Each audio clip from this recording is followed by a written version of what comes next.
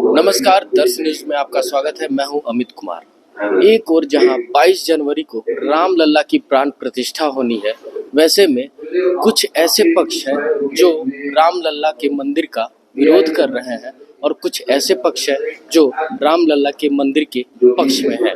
तो ऐसे ही एक महाराज मथुरा से पहुंचे हैं, श्री रिद्धेश्वर जी महाराज। आइए देखते हैं वो क्या कहते हैं रामलला के पक्ष में और कैसे लोगों के मन में सद्भावना जगाने की बात कर रहे हैं। भारत की जनता 145 करोड़ भारतवासी जो मौलिक रूप से सनातनी है, उनकी उपासना पद्धति और पूजा पद्धति अलग अलग है, परंतु वो सनातनी, उनके पूर्वज सबके एक हैं भारतवर्ष के। वो बड़े हर्षोल्लास से मना रहे हैं। कुछ विवाद बीच में आए। अभी आपने वीडियो के माध्यम से देखा, कोई राम को मांसाहारी कह रहा है, मांस खाते थे। जिन्होंने कभी रामायण, राम और राम की सत्ता पर प्रश्न उठाए, वो भी रामायण के जानकार बन गए।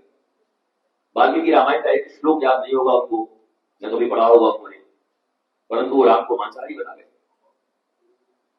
जिसके दिल में जो कुछ आया, मैकोले की शिक्षा व्यवस्था के प्रोडक्ट ये लोग भारतीय सनातन संस्कृति के विरुद्ध कुछ भी बोलते हैं। और एक बड़ी अच्छी बात हुई, ऐसे जितने लोगों ने बोलना प्रारंभ किया, भारत की जनता उतनी तीव्रता से और संगठित होती गई राष्ट्रवाद के लिए, भगवान श्री राम के लिए, सनातन संस्कृति के लिए। और सुप्रीम कोर्ट के निर्देशानुसार हिंदुत्व एक जीवन पद्धति है भारत की, इसमें सभी लोग आस्था रखने लगे।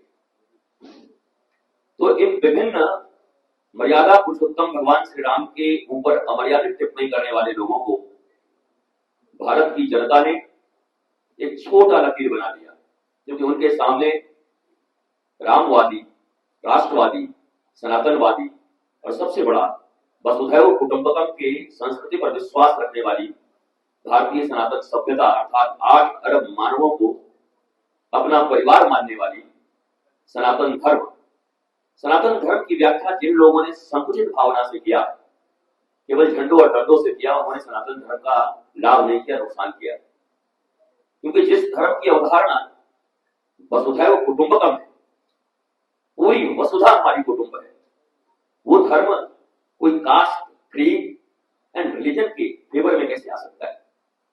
जब वो समस्त मानवता और समस्त यूनिवर्स की बात करता है, तो कैसे कुछ चंद लोगों के पक्ष में आ सकता है और किसी के विरोध में जा सकता है? परंतु वोट के लोग या सौदागर लोग, आप कह सकते हैं, तुष्टीकरण की नीति, भारतीयों को कभी एक नहीं रहने देना, संप्रदायों में, जातों में और विभिन्न हथकंडों में भारत को बांट बांट कर छोटा करने का प्रयास किया। परंतु 500 वर्षों के बाद बाबर के कुछ लोगों के द्वारा हमारे सांस्कृतिक विरासत, मंदिर और भारतीय चिन्हों को जो विखंडित किए गए थे, उनमें सर्वप्रमुख अयोध्या में भगवान श्री राम का मंदिर।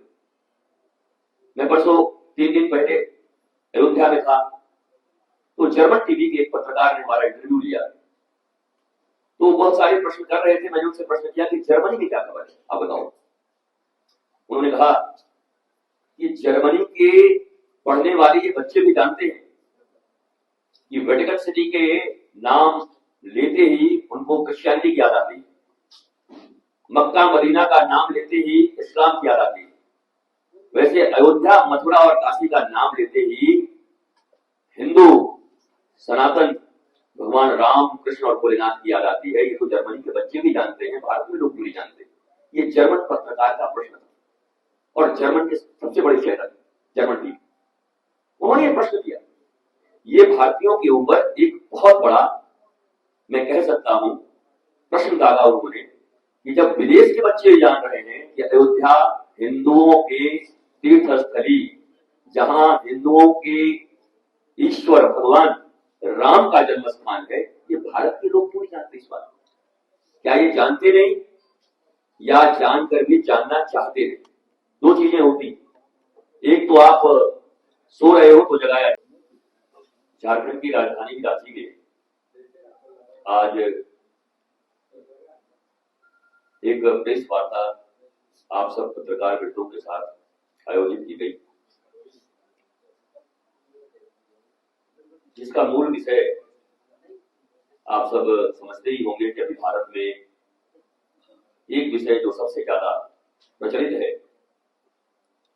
और समयानुकूल है। करीब 500 वर्षों के बाद अयोध्या में भगवान श्री राम के मंदिर की स्थापना और उनके प्राण प्रतिष्ठा समारोह का सिर्फ भारत ही नहीं बल्कि पूरे विश्व में बहुत आनंद, उल्लास और अपेक्षाओं से विपरीत एक मंदिर के निर्माण और मंदिर में भगवान की प्राण प्रतिष्ठा समारोह का इतना भव्य आयोजन कभी भारतवर्ष में नहीं हुआ। एक बार कभी सोमनाथ में हुआ भी था तो बहुत सारे विवाद थे, कौन जाएगा कौन नहीं जाएगा, कोई राष्ट्रपति को योग दे रहा था। आप सब पत्रकार हैं, समझते इस बात को। देखिए, लौट आए राम, राम तो शाश्वत है, सदा थे, सदा है, सदा रहेंगे। परंतु अगर हमारे दिलों से गायब हो गए, मैकॉले शिक्षा पद्धति के कारण, पाश्चात्य सभ्यता के कारण और पुनः इस मंदिर के निर्माण के पश्चात इस भव्य आयोजन के बाद भारतीयों के दिलों में राम लौट आए। राम तो सदा शाश्वत है, कण कण उनका है। लोग कहते हैं राम गए कहां थे कि लौट आए। वो हमारे भी बहुत सारे ये चलाते होंगे, कुछ फेसबुक इत्यादि, मुझे पता नहीं, कभी कभी लाके दिखाते हैं। गुरु जी पूछ रहा है, ये मूर्ख बाबा ये बताओ कि राम गए कहां थे। कभी से मैं क्या बात करूं, बताओ। ये तत्व और लीला में अंतर नहीं समझता, धर्म का मर्म ये नहीं जानता।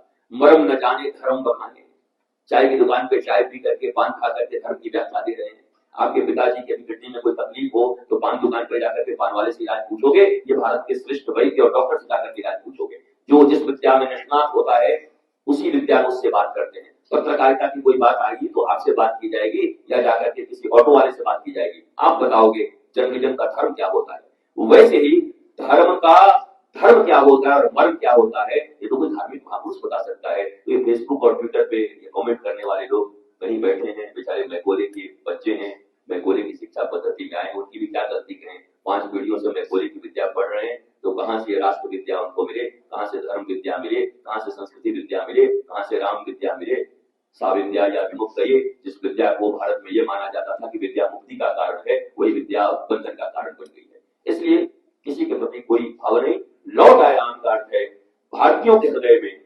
भारत पहले भी था, सनातन पहले भी था, और 1947 में फिर लौट आया ना, लौट आया भारत। अंग्रेजों के हाथ में था, वैसे ही अंग्रेजी विद्या में और विदेशी गुलामी की विद्या में हमारे राम जी हमसे दूर हो गए थे, परंतु भारतीयों ने पुनः अपने राम को अपने हृदय में लौटा लिया। इसी लौट आए राम को लेकर के मैं चारों कोने में गया भारत के, और लाखों लोग उपस्थित होते थे और इतना आनंद आह्लाद हुआ। आज महा महोत्सव का वातावरण पूरे देश में।